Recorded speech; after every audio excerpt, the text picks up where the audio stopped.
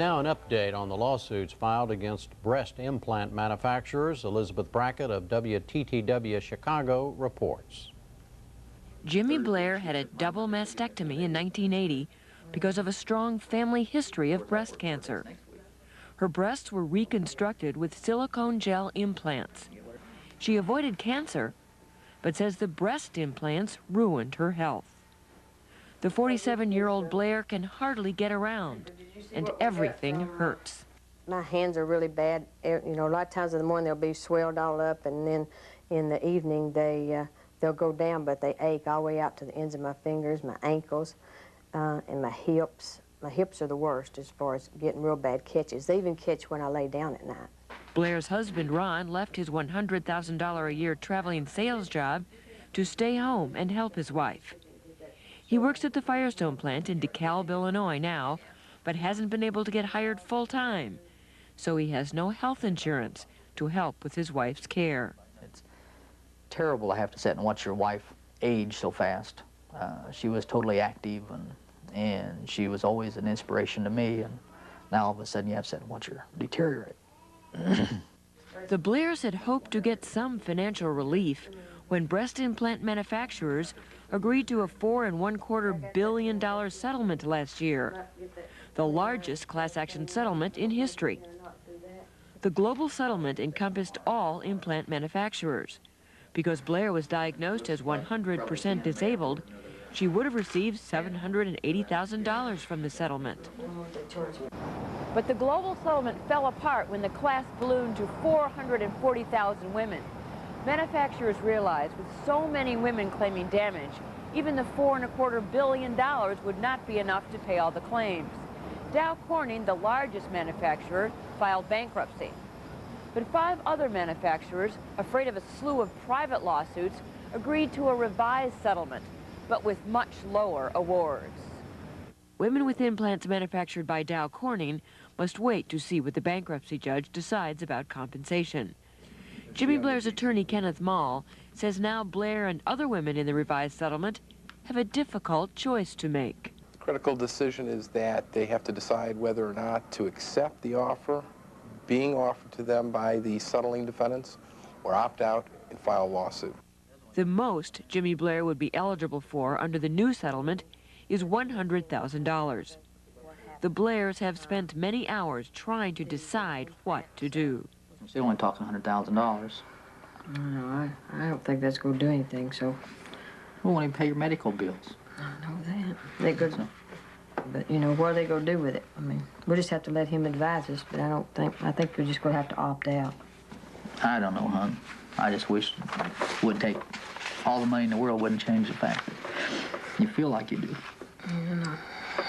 Jason, I'm going to fix some juice. Carla Hobbs-James is facing the same dilemma.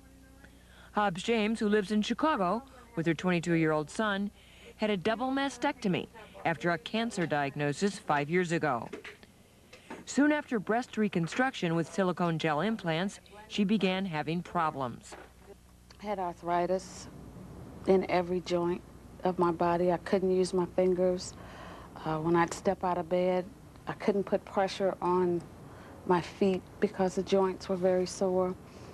I had constant diarrhea. It was like food just went through me. Hobbs-James' symptoms improved after she had her implants removed, but she still experiences problems. She lost her job because of absences and now sells a fruit and vegetable concentrate out of her home. She had hoped to use money from the global settlement to pay off medical bills. Now she worries that the current offer will also fall apart. I really think I'll probably opt out. I need to talk with my attorney and see what my options are.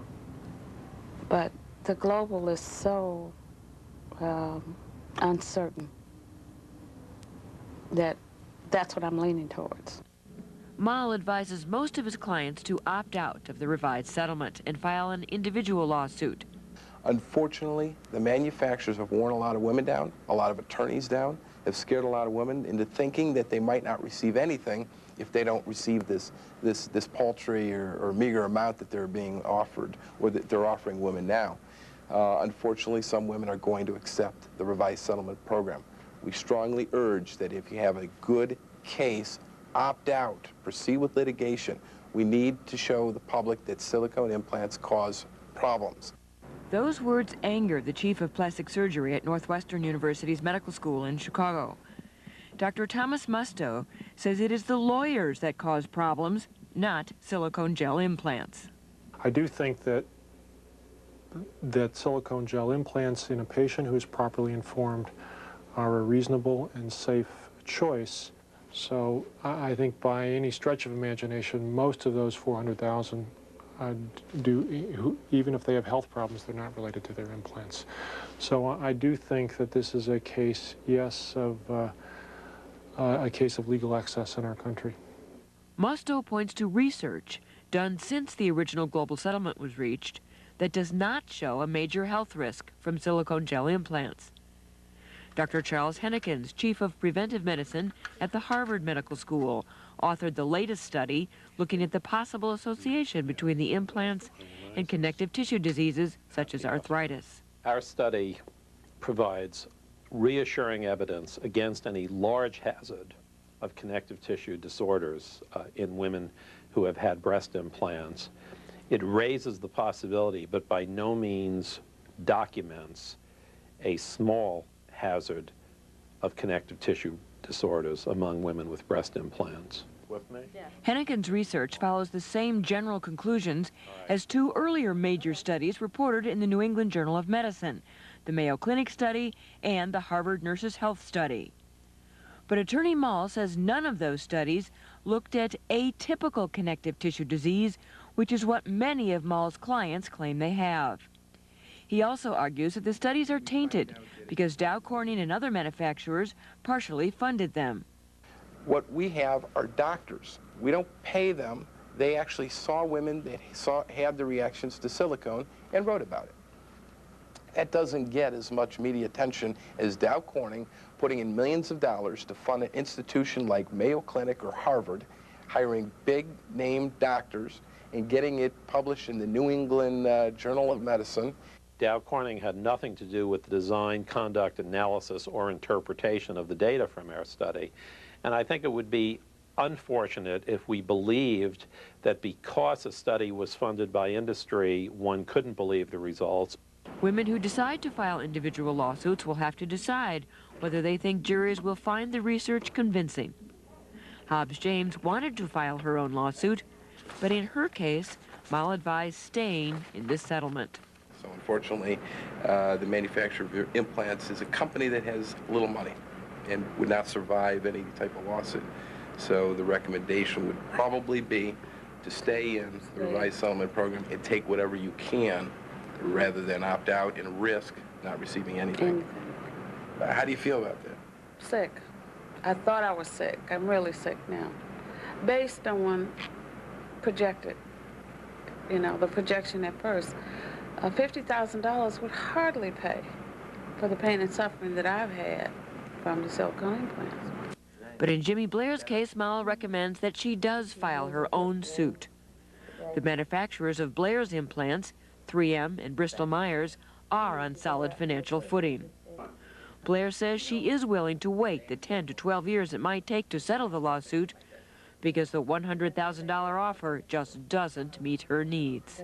The $100,000 is not going to last 10 to 12 years, If my health gets any worse in the next, like it's grown in the last 3 or 4 years, then, it's just not going to go anywhere. So what's going to what difference is it going to make? Might as well see if, I can get some help that'll kind of relieve the family, and help take care of me as, as I get older and things, because that just wouldn't do anything for me. Blair and Hobbs James and all the other women in the lawsuit will be getting letters determining their status in the revised settlement within the next 3 months. They will then have 45 days to make a very difficult decision. Take the money now or sue on their own.